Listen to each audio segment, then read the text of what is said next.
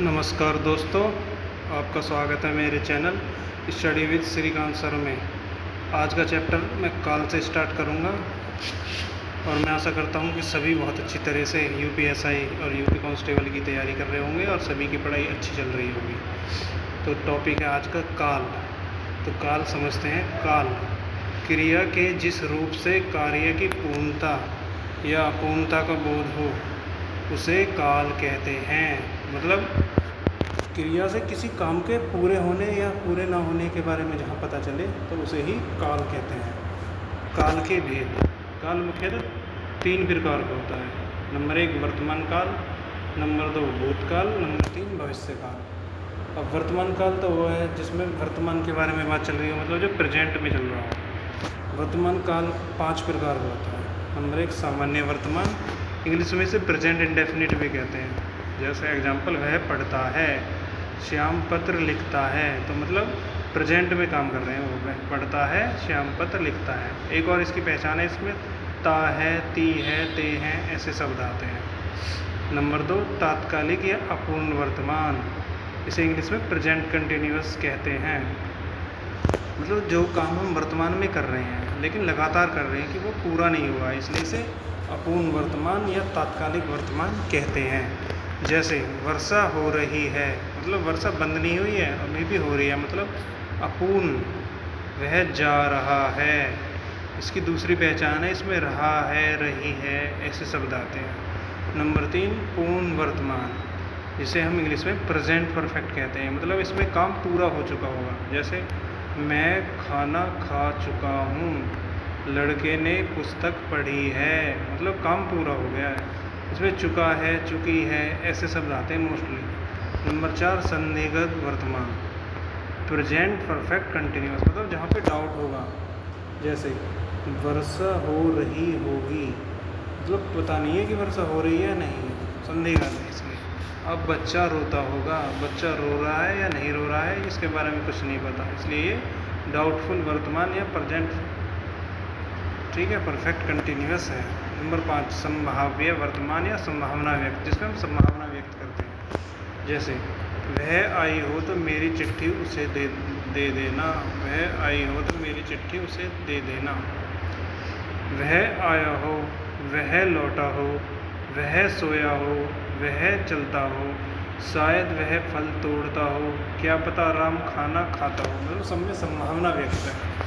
जरूरी नहीं है कि ये काम हो रहा हो, लेकिन संभावना व्यक्त है, इसलिए संभाव्य वर्तमान या संभावना व्यक्त होती है इसमें। भूतकाल, नंबर 2 जो काल है वो भूतकाल है। ये 6 प्रकार का होता है। नंबर 1 है सामान्य भूत, जैसे वह पढ़ता था, बच्चा गया, श्याम ने पत्र लिखा, मतलब जो बात भूतकाल में चली गई हो। इंग्लिश में इसे पास्ट इंडेफिनिट कहते हैं। ये एस है, आर नहीं है।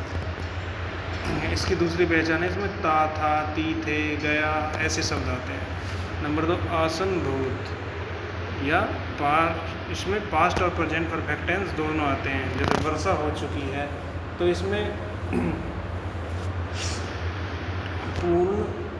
पूर्ण वर्तमान काल या आसनभूत दोनों है। जैसे वह बच्चा आया है, कुसुम घर गई है, कमल गया है, लड़के ने पुस्तक पढ़ी है, ममता अभी गई है, मैंने सेब खाया है, मैं अभी हिसार से आया हूँ, अध्यापिका पढ़कर आया है, मीना गई है, मतलब जस्ट अभी, मतलब काम पूरा हो चुका है, इसलिए इसे आसनभूत कहते हैं।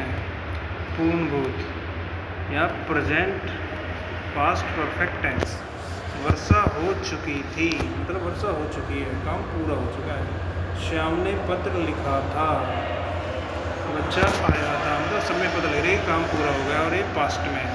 नंबर 4 अपूर्ण भूत, सिर्फ पास्ट कंटिन्यूअस टेंस कहते हैं। इसकी पहचान है रहा थे, रही थे, ऐसे सब रहते हैं। जैसे वर्षा हो रही थी, बच्चा आ रहा था, ऐसे।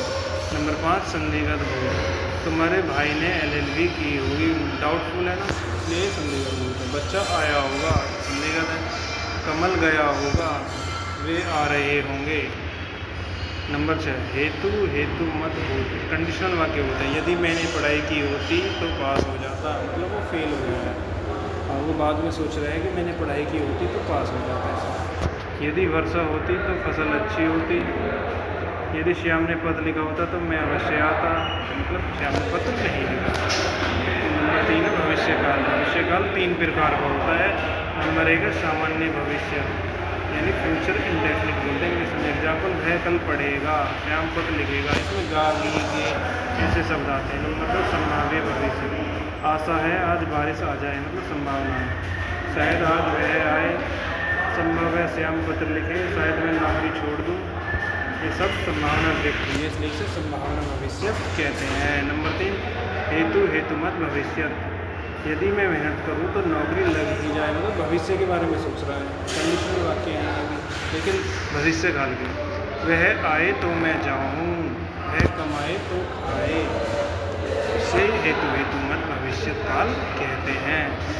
इसी के साथ आपकी काल की वीडियो समाप्त हो गई है और ये चैप्टर भी समाप्त हो गया है। सभी अच्छी तरह से तैयारी करते रहें और मैं आगे भी और अच्छी तरह से पढ़ाने की कोशिश करूँगा और सभी भाई बहनों की मदद करूँगा। तो कृपया मेरी वीडियो को लाइक और सब्सक्राइब करें और अगर वीडियो में कुछ कमी हो तो मुझे बताएं।